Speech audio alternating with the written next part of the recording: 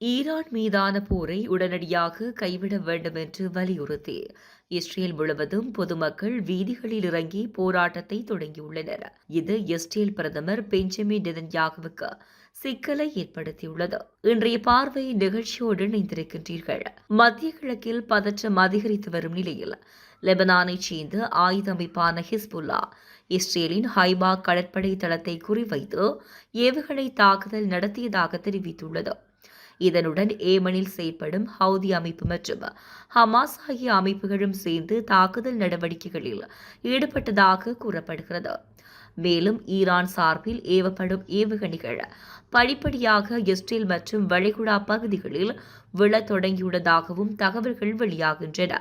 இதனால் இஸ்ரேலுக்கு நாலாபுறமும் நெருக்கடி ஏற்பட்டுள்ளது. இஸ்ரேலிய படைகள் மற்றும் ஈரானின் ஆதரவு பெற்ற ஹிஸ்புல்லா அமைப்புக்கிடையே லெபனான் எல்லையில் கடும் போர் நிலவி வருகிறது. கடந்த 2ஆம் திகதி ஹிஸ்புல்லா இஸ்ரேல் மீது ஏவுகணை தாக்குதல்களை தொடங்கியது. இதற்கு பதிலடியாக இஸ்ரேலும் லெபனான் மீது வான்வழி மற்றும் தரைவழி தாக்குதலை தீவிரப்படுத்தியது.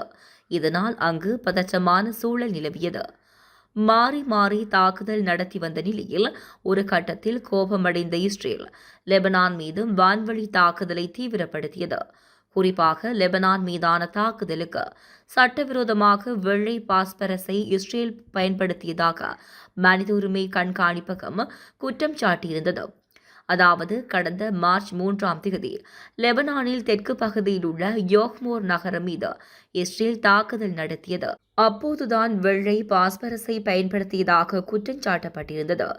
இவ்வாறு அடிக்கடி மோதல் வலுத்து வந்த நிலையில் இன்று ஹிஸ்புல்லா அமைப்பு இஸ்ரேலில் உள்ள முக்கிய கடற்படை தளமான ஹைபா கடற்படை தளத்தை குறிவைத்து ஏவுகணை தாக்குதல் நடத்தியிருப்பதாக தகவல் வெளியாகியிருக்கிறது.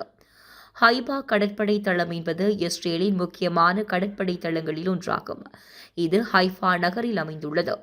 நாட்டின் கடற்படை நடவடிக்கைகளில் முக்கிய பங்காற்றும் ஹைபா கடற்படை தளம் மத்திய தரைக்கடல் பகுதிக்கான பாதுகாப்பு, இராணுவ கண்காணிப்பு மற்றும் கடல்வழி பாதுகாப்பு நடவடிக்கைகளுக்கான மையமாக செயல்பட்டு வருகிறது. ஏற்கனவே ஏமனில் செயற்படும் ஹவுதி அமைப்பு மற்றும் ஹமாஸ் ஆகிய அமைப்புகளும் சேர்ந்து தாக்குதல் நடவடிக்கைகளில் ஈடுபட்டு வருவதாக கூறப்படும் நிலையில் இது இஸ்ரேலுக்கு மேலும் தலைவலியை கொடுத்துள்ளது. மறுபுறம் ஈரான் சார்பில் ஏவப்படும் ஏவுகணைகள் படிப்படியாக இஸ்ரேல் மற்றும் வளைகுடா பகுதிகளில் விழத் தொடங்கியுள்ளதாலும் இஸ்ரேல் கலக்கமடைந்துள்ளது. அதே சமயம் பதிலடி கண்டிப்பாக கொடுக்கும் என்பதால் மீண்டும் மத்திய கிழக்கில் பதற்றம் அதிகரித்துள்ளது. இதேவேளை ஈரான் மீதான போரை உடனடியாக கைவிட வேண்டும் என்று வலியுறுத்த இஸ்ரேல் முழுவதும் பொதுமக்கள் வீதிகளில் இறங்கி போராட்டத்தை தொடங்கியுள்ளனர். இது இஸ்ரேல் பிரதமர் பெஞ்சமின் நெதன்யாகுவுக்கு சிக்கலை ஏற்படுத்தியுள்ளது.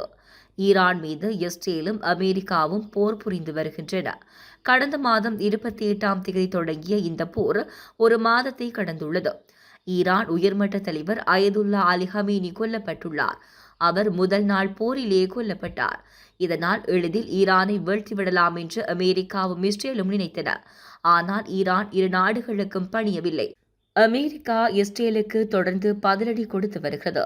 இதனால் இந்த போர் ஒரு மாதத்தை கடந்தும் தொடர்ந்து நடந்து வருகிறது. ஈரான் இஸ்ரேல் இடையே கடும் பதற்றம் ஏற்பட்டுள்ளது. இஸ்ரேலை பழிவாங்க அவ்வப்போது ஈரான் தனது ஏவுகணைகளை தொடர்ந்து ஏவி தாக்குதல் நடத்தி வருகிறது. இஸ்ரேலின் டெல் அவீவ், ஜெருசலேம் மற்றும் ஹைபா உள்ளிட்ட நகரங்களை குறிவைத்து ஈரான் தாக்குதல் நடத்தி வருகிறது. இந்த நிலையில்தான் தற்போது ஈரான் போரை கைவிட வேண்டும் என்ற இஸ்ரேல் நாட்டுக்குள் பொதுமக்கள் போராட்டத்தை முன்னெடுத்துள்ளனர். கடந்த சனிக்கிழமை இரவில் பொதுமக்கள் இஸ்ரேலின் பல்வேறு இடங்களில் வீதிகளில் இறங்கி போராட்டம் நடத்தினர். டெல் அவீவ், ஹைபா, ஜெருசலேம் உள்ளிட்ட முக்கிய நகரங்களில் பொதுமக்கள் பேரணி சென்றனர். ஜெருசலம் பாரிஸ் சதுக்கத்தில் பிரதமர் பெஞ்சமின் நெதன்யாகுவின் வீட்டின் அருகே 250க்கும் அதிகமானவர்கள் திரண்டு ஈரான் போரை எதிர்த்தனர். பிரதமர் அலுவலகத்தை முற்றுகையிட முயன்றனர். அப்போது அவர்கள் ஈரான் போரை உடனடியாக நிறுத்த வேண்டும் என்று பிரதமர் பெஞ்சமின் நெதன்யாகுவுக்கு கோரிக்கை வைத்தனர். அத்தோடு அவருக்கு எதிராக கோஷமிட்டனர். இதனால் பெரும் பரபரப்பான சூழல் ஏற்பட்டது. இதையடுத்து போலீசார் டெல் அவீவ், ஹபிமா சதுக்கத்தில் போராட்டத்தில் ஈடுபட்டவர்கள் மற்றும் ஹைபாவின் ஹோரே பகுதியில் போராட்டத்தில் ஈடுபட்டவர்களை தடுத்து கைது செய்தனர். இந்த போராட்டத்தில் சமூக ஆர்வலர்கள் உட்பட பல்வேறு துறைகளைச் சேர்ந்தவர்கள் பங்கேற்றனர். அவர்கள் பிரதமர் பெஞ்சமின் நெதன்யாகுவின் கொள்கைகளால் ஜனநாயகத்துக்கு பாதிப்பு ஏற்படுகிறது, முடிவில்லாமல் தொடரும் போருக்கு வழிவகுக்கிறது என்று எதிர்ப்பு தெரிவித்தனர். மேலும் ஈரான் மீதான போரால் இஸ்ரேல் மக்களின் இயல்பு வாழ்க்கை பாதிக்கப்பட்டுள்ளது. ஏவுகணை தாக்குதல்கள் தொடர்பான பீதியில் வாழ வேண்டிய நிலை உள்ளது. இதனால் இஸ்ரேல் உடனடியாக ஈரான் போரை கைவிட வேண்டும் என கூறினர். இந்த போராட்டம் இஸ்ரேலில் பதற்றத்தை ஏற்படுத்தியுள்ளது. இதேவேளை இஸ்ரேலியர்களை கொலை செய்ததாக குற்றம் சுமத்தப்பட்டு குற்றவாளிகளாக காணப்படும் பாலஸ்தீனர்களுக்கு மரண தண்டனை வழங்குவதற்கு அனுமதி அளிக்கும் புதிய சட்ட மூலம் இஸ்ரேலிய நாடாளுமன்றமான கினெசெட் நிறைவேற்றியுள்ளது. இஸ்ரேலின் தீவிர வலதுசாரி கட்சியினரால் நீண்ட காலமாக வலியுறுத்தப்பட்டு வந்த இந்த சட்டம் மூலம் நிறைவேற்றப்பட்டமையானது அவர்களுக்கு கிடைத்துள்ள ஒரு முக்கிய வெற்றியாக கருதப்படுகிறது. இஸ்ரேலிய பிரதமர் பெஞ்சமின் நெதன்யாகு நேரில் வருகை தந்த இந்த சட்ட மூலத்துக்கு ஆதரவாக ஆம் என வாக்களித்துள்ளார்.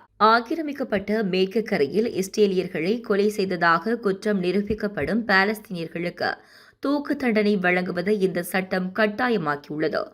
இந்த சட்டத்தின் கீழ் இஸ்ரேலிய நீதிமன்றங்கள் தனது சொந்த நாட்டு பிரஜைகளுக்கும் மரண தண்டனை அல்லது ஆயுள் தண்டனை வழங்க அதிகாரம் பெற்றுள்ளன. இந்த சட்டம் ஏற்கனவே முடிவடைந்த வழக்குகளுக்கு பொருந்தாது. இனிவரும் காலங்களில் பதியப்படும் புதிய வழக்குகளுக்கு மட்டுமே இது நடைமுறைப்படுத்தப்படும். இந்த சட்டமானது இனவாத தன்மையுடையது என்றும் மிகவும் கொடூரமானது என்றும் இஸ்ரேலிய மற்றும் பாலஸ்தீன மனித உரிமை அமைப்புகள் கடும் கண்டனம் தெரிவித்துள்ளன. மேலும் இவ்வாறான தண்டனைகள் தாக்குதல்களை தடுக்க உதவாது எனவும் அவை சுட்டிக்காட்டியுள்ளன. இந்த சட்டம் நடைமுறைக்கு வரும்போது இஸ்ரேலிய உயர் நீதிமன்றத்தில் பல சட்ட ரீதியான சவால்களை எதிர்கொள்ள நேரிடும் என எதிர்பார்க்கப்படுகிறது.